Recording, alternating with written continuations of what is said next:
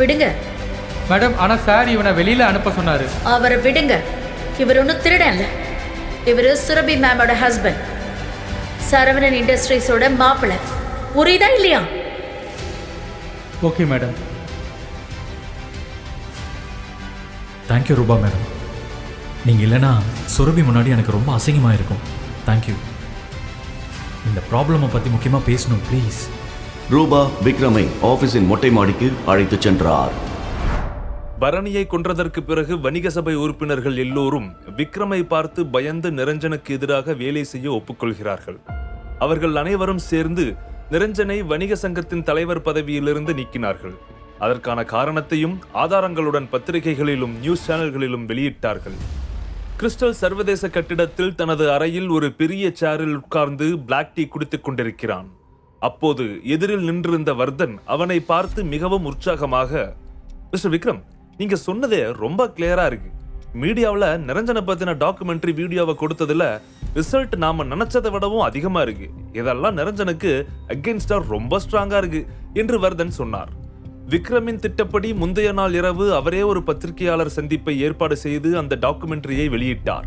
நிரஞ்சனுக்கு எதிராக கொடுக்கப்பட்ட ஆதாரங்கள் எல்லாமே ரத்தத்தை உறைய வைப்பதாக இருந்தது. அந்த விஷயத்தை கேட்பவர்களுக்கெல்லாம் பயங்கரமான அதிர்ச்சிகரமான சம்பவமாக அது இருந்தது. அது மட்டுமில்லாமல் மக்கள் மத்தியில் ஒரு பெரும் கோபத்தையும் அது ஏற்படுத்தியது. வர்தன் சொன்னதை கேட்டு விக்ரம் லேசாக சிரித்துக்கொண்டு தனது டீ கப்பை கீழே வைத்தான். நாம கொடுத்த எவிடன்ஸ் எல்லாமே உண்மையானது, எப்பவுமே உண்மையை ஏத்துக்கிறதுக்கு கொஞ்சம் கஷ்டமா தான் இருக்கும் என்று சொன்னான். இப்போது நிரஞ்சனின் உண்மையான முகம் கொஞ்சம் கொஞ்சமாக வெளிப்பட்டதும் இத்தனை நாட்களாக நல்லவனை போல வேஷம் போட்டுக்கொண்டு வந்த நிரஞ்சனை மக்கள் எல்லோரும் வெறுத்தார்கள். அதனால் இதில் விக்ரம் எந்த உற்சாகமும் அடைய தேவையில்லை என்று நினைத்தான். இதையெல்லாம் அவன் ஏற்கனவே எதிர்பார்த்த ஒன்றுதான். பிரபலமானவர்கள், பணக்காரர்கள் என்ன சொன்னாலும் நம்பும் சமூகம் இது. அதனால் அவர்கள் எப்போதுமே கொள்ளையடித்து மற்றவர்களை விடவும் ஒருபடி மேலே இருக்கிறார்கள். நீங்க சொல்றது உண்மையான விஷயம் மிஸ்டர் விக்ரம். இதனால நிரஞ்சனோட மொத்த வாழ்க்கையுமே ரொம்ப மோசமான கண்டிஷனுக்கு போயிருச்சு.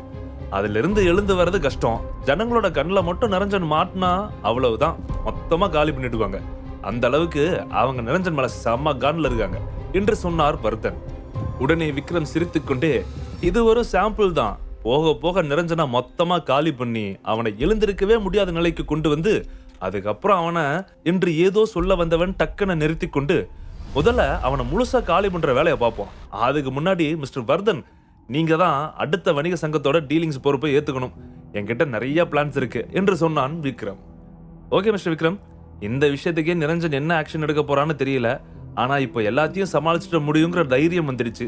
உங்களுக்கு எந்த ஹெல்ப் வேணும்னாலும் எப்ப வேணாலும் என்கிட்ட கேளுங்க. நான் உங்க பக்கத்துல இருந்து எல்லாத்தையும் பண்ணி கொடுக்குறேன் என்று சொன்னார் வர்தன். ஓகே மிஸ்டர் வர்தன், உங்களோட குடும்ப ஃபியூச்சர்ல ஹைதராபாத்ல நல்ல நிலையில இருக்கும், அதுக்கு நாம் பொறுப்பு என்று விக்ரம் சிரித்துக்கொண்டே சொன்னான். அதை கேட்டதும் வர்தனின் கண்கள் மின்னியது. விக்ரமின் வார்த்தைகளுக்கு பின்னால் இருக்கும் அர்த்தத்தை மிக எளிதாக புரிந்து கொண்டு நிம்மதி கலந்த சந்தோஷத்துடன் சிரித்தார். தேங்க்யூ மிஸ்டர் விக்ரம், அப்போ நான் கிளம்புறேன் என்று சொல்லிக்கொண்டு அந்த இடத்திலிருந்து நகர்ந்து சென்றார் வர்தன். அவர் அந்த அறையில் இருந்து முழுவதுமாக வெளியே சென்றதும் விக்ரம் மெதுவாக டீ கப்பை கையில் வைத்துக்கொண்டு ஒரு ஓரமாக வந்து ஜன்னலின் அருகில் தெரியும் பெரிய கட்டிடங்களை பார்த்தபடி நின்றான் விக்ரம்.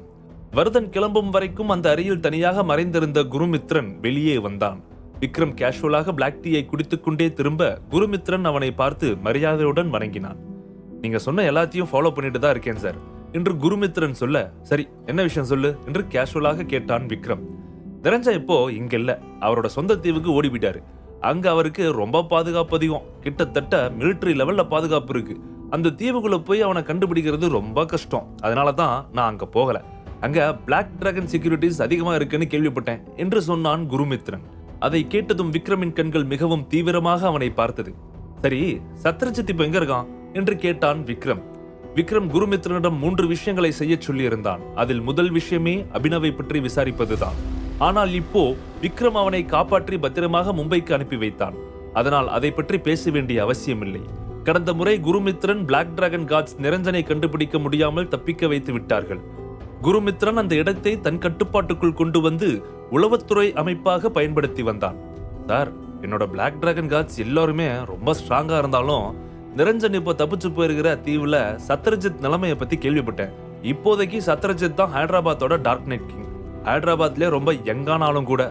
ஆனா மத்தவங்களுக்கு பொறுத்த வரைக்கும் அவன் தான் நைட் கிங்குன்னும் அவனுக்கு பின்னாடி இருக்கிற டார்க் பிசினஸை பத்தியும் எதுவும் தெரியல. இப்போ அந்த தீவுல நிரஞ்சனுக்கு ஏற்பாடு பண்ணிருக்கிற பிளாக் டிராகன் காட்ஸ் எல்லாம் ஏற்பாடு பண்ணுனது சத்ரஜித் தான் கேள்விப்பட்டேன் என்று சொன்னான் குருமித்ரன். சத்ரஜித் சின்ன பையனா இருந்தாலும் டார்க் வேல்ல அவனுக்கு ஒரு மரியாதை இருக்கு. அந்த சத்ரஜித்துக்கும் நிரஞ்சனுக்கும் ஏதோ ஒரு பெரிய கான்டாக்ட் இருக்குன்னு தெரியுது. ஆனா அவங்களுக்குள்ள இருக்கிற ரிலேஷன்ஷிப் என்னன்னு இப்ப வரைக்கும் யாருக்குமே முழுசா தெரியல. இப்போ அந்த தீவு முழுக்கவே சத்ரஜித்தோட கண்ட்ரோல்ல தான் இருக்கு என்று சொன்னான் குருமித்ரன். அதனால் தான் குருமித்ரனால் நிரஞ்சனின் தீவுக்கு வேகமாக செல்ல முடியவில்லை. ஒட்டுமொத்த தொழில்நுட்ப சாதனங்களும் அந்த இடத்தில் நிறுவப்பட்டிருந்தது. பாதுகாப்பும் பல மடங்கு அதிகமாக இருந்தது. குருமித்ரன் நிரஞ்சனை தேடி அங்கே நுழைந்தால் அங்கிருந்து தப்பிப்பது முற்றிலும் நடக்காத காரியம். எல்லாவற்றிற்கும் மேலாக குருமித்ரனும் ஒரு காலத்தில் பிளாக் டிராகன் கார்டாகத்தான் இருந்தான்.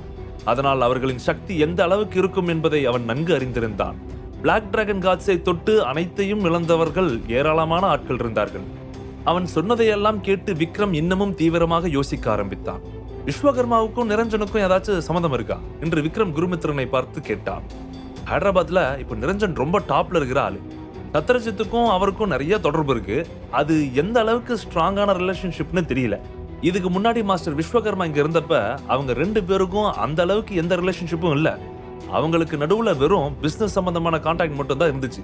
மாஸ்டர் விஸ்வகர்மா இங்க இருக்கும்போது அவங்க எல்லாம் அந்த அளவுக்கு வளரல என்று சொன்னான் குருமித்ரன்.